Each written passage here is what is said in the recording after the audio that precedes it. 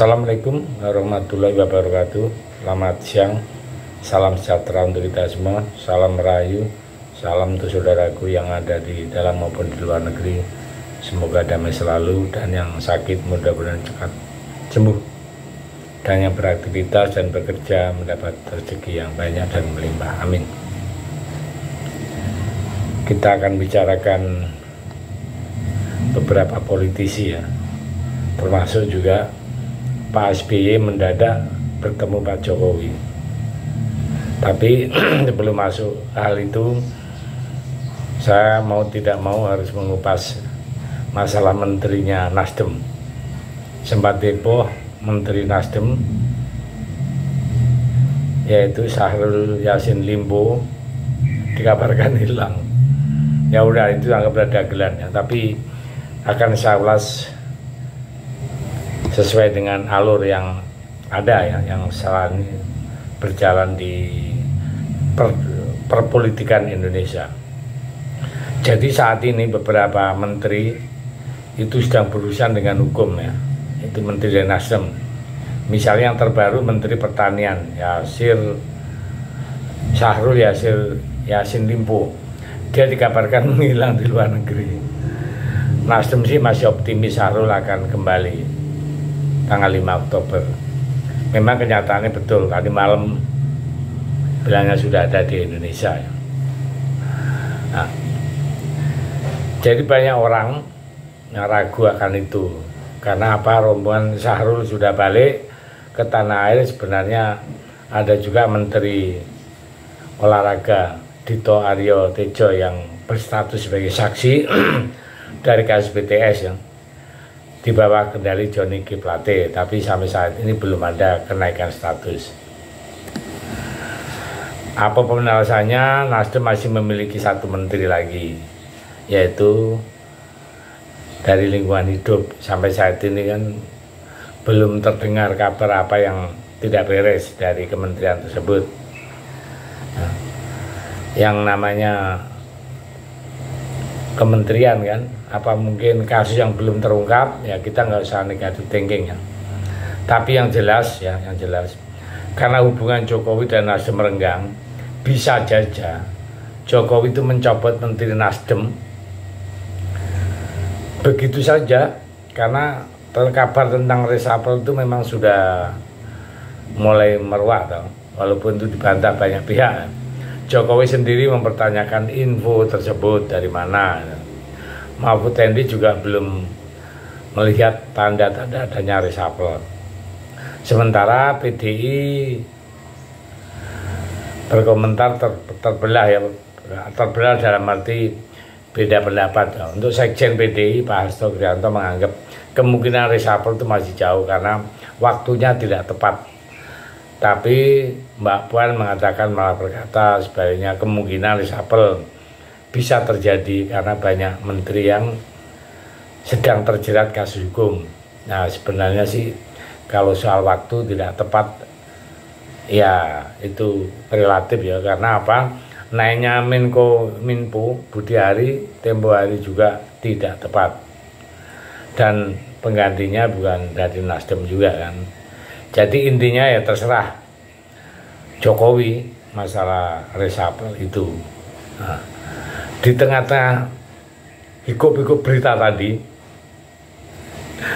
muncullah SBY malah bertemu Jokowi di istana.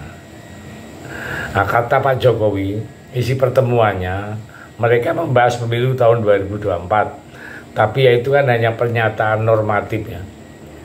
Pihak Demokrat menampik bahwa Jokowi sedang menawari posisi menteri.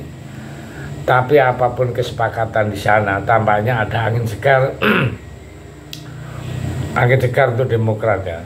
Buktinya SBY sudah mulai muji-muji ya, Jokowi. Ya.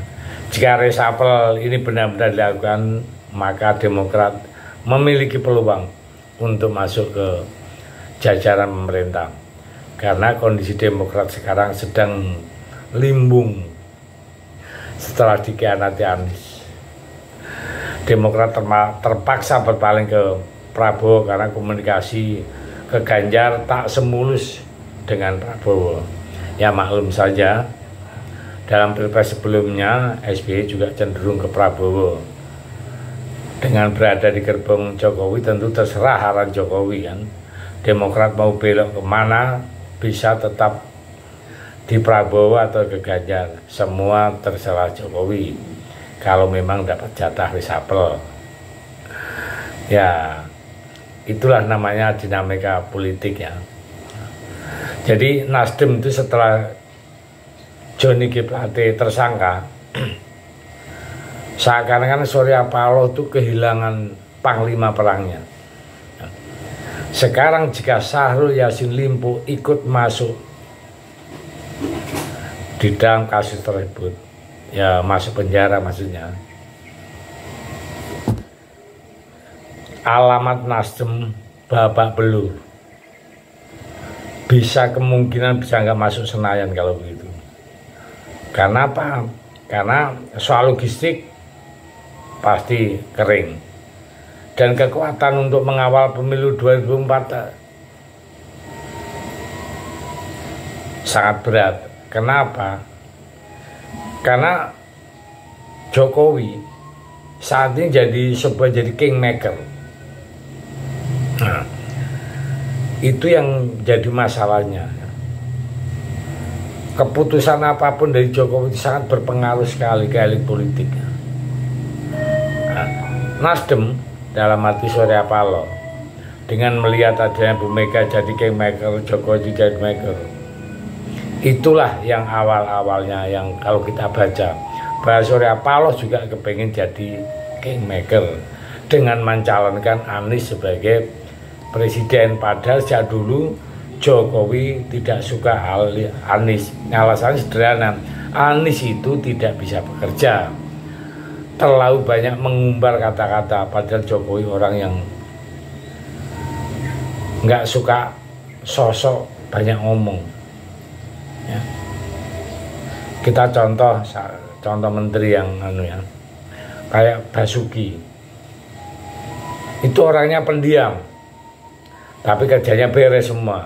Nah, kebalikan dengan Anies,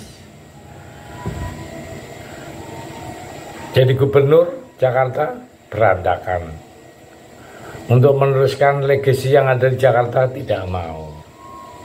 Nah, dari sinilah blundernya Surya Paloh, dan sekarang terasa penyesalannya. Karena apa? Karena penyesalan datangnya belakang. Kalau awal itu namanya pendaftaran.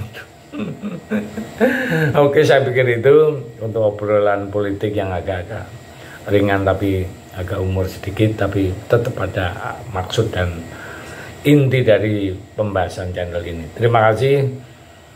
Merdeka.